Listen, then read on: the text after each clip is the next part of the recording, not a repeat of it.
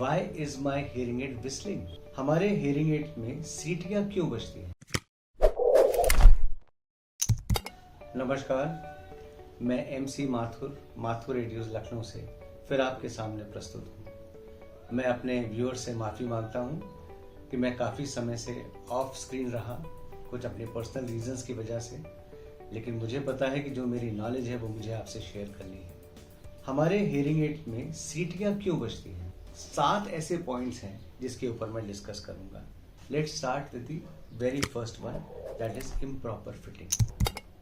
हम लोग बहुत बार हेयरिंग एड जो है वो बगैर टेस्टिंग के लगाना शुरू कर देते हैं।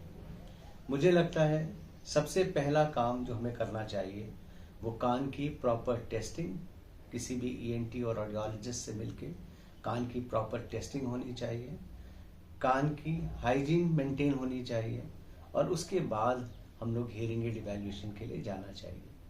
और जब हम प्रॉपर हेयरिंग एड लगाएंगे तो हमें प्रॉपर एम्प्लीफिकेशन मिलेगा, ना कि noise.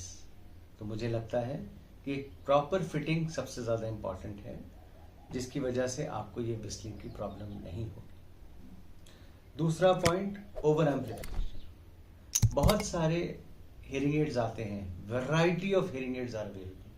You can choose any of them, but it needs to be programmed properly as per your hearing loss. Adequate amplification is required. Neither low amplification nor high amplification is important. आपके लिए ज़रूरी है जितना आपका कान का damage है उतना ही आवाज़ को हम बढ़ा के ला सकें, ताकि आपको प्रॉपर आवाज़ सुनाई दे और बातें समझ में आए। फीडबैक मैनेजमेंट, ये एक तीसरा इम्पॉर्टेंट पॉइंट है जिसको हम लोग मिस कर जाते हैं कभी कभी। हमारे जितने भी कंपनी के सॉफ्टवेयर्स हैं, जितने डिजिटल हियरिंग एड्स आते हैं, उनको हम लोग एक सिस्टम के थ्रू प्रोग्राम करते हैं। उस सिस्टम में एक बहुत इम्पॉर्टेंट फीचर है जिसको हम लोग कहते हैं फीडबैक मैनेजमेंट। बेसिकली ये 2 काम करता है।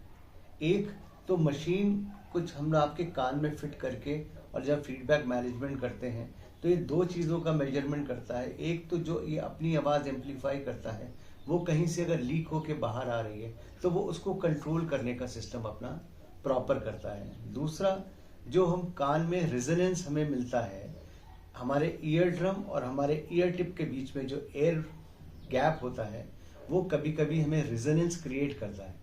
उसको मेजर करने के लिए हमारा ये फीडबैक सिस्टम बहुत इफेक्टिवली काम करता है।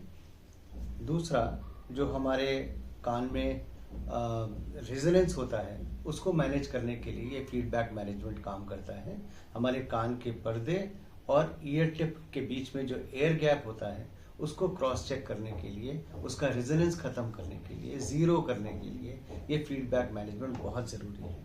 और उसी की वजह से कहीं ना कहीं हमको हेवीनेस महसूस होती है, कान में गूंज महसूस होती है, और उसको अगर हम प्रॉपरली मैनेज कर लें तो ये जो हमारा विस्लिंग और फीडबैक आता है ये कहीं ना कहीं ख़त्म किया जा सकता है, this is very very important.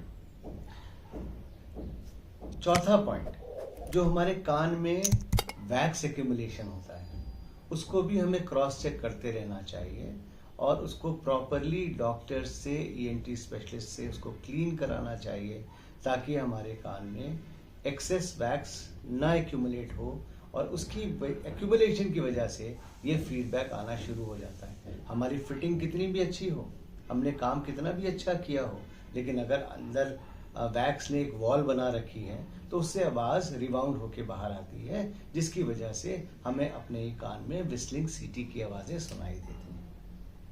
तो कान की क्लीनिंग, हाइजीन बहुत इम्पॉर्टेंट है। कोलैप्स्ड ईयर कैनाल्स, हमारे बहुत सारे ऐसे बुजुर्ग हैं जिनको मैं कह सकता हूँ उम्र के हिसाब से उनके कान नीचे की तरफ कोलैप्स कर जाते हैं। प्रैक्टिकली हमारा कैनाल स्ट्रेट तो होता नहीं, लेकिन फिर भी अगर हम उसको यूँ सीधा करके देखेंगे तो हमें कैनाल अपना पूरा स्ट्रेट अंदर तक दिखाई देता है। लेकिन विद द एज हमारी ये जॉ की जो मसल्स हैं ये धीरे धीरे वीक होने लगती हैं, जिसकी वजह से ये कान नीचे की तरफ कोलैप्स कर जाते हैं। आई थिंक इसकी वजह से भी कभी कभी हमारी फिटिंग प्रॉपर नहीं होती। उसके लिए हमें फिर कान का इम्प्रेशन लेके प्रॉपर ईयर मोल्ड बनाना चाहिए और उस ईयर मोल्ड से हम इस फीडबैक को ख़त्म कर सकते हैं। मेरे हिसाब से ये सारे measures at the time of fitting हमें क्रॉस चेक करने चाहिए और उसी के बेसिस के ऊपर हम अपनी फिटिंग को प्रॉपर बना सकते हैं और आपको फीडबैक से बचा सकते हैं, विस्लिंग से बचा सकते हैं। माइंड यू, मैं हमेशा ये बात कहता हूँ, अगर हमने अपना काम ईमानदारी से किया है तो आपको दिक्कत नहीं होने देंगे। Most important tip size. Year tips normally एक डेफिनेट साइजेस के आते हैं और ऑपरेटेड ईयर में वो प्रॉपरली फिट नहीं होते, जिसकी वजह से फीडबैक आता है।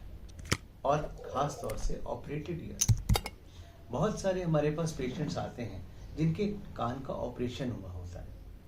During the operation doctors canal के थ्रू ही जाके ऑपरेट करते हैं या कान को खोल दिया और फिर उसके बाद उन्होंने अपना काम किया। उस चक्कर में कहीं ना कहीं अंदर एक कैविटी सी क्रिएट हो जाती है, जिसको प्रॉपरली चेक करके मोल्ड बनाने की हमें आवश्यकता पड़ती है। तो उन केसेस में proper year mould proper impression के साथ ही लगाना चाहिए। तो ये कुछ इंपॉर्टेंट पॉइंट्स हैं जिनको मैं आपसे डिस्कस करना चाहता था। Thank you so much. आप चाहें तो हमारी वेबसाइट पे विजिट कर सकते हैं, माथुर हियरिंग केयर पे आप कांटेक्ट कर सकते हैं। मैं लखनऊ बेस्ड हूँ। और भी कोई प्रॉब्लम्स हो तो हमारी वेबसाइट के थ्रू आप हमारे पास आ सकते हैं। नमस्कार।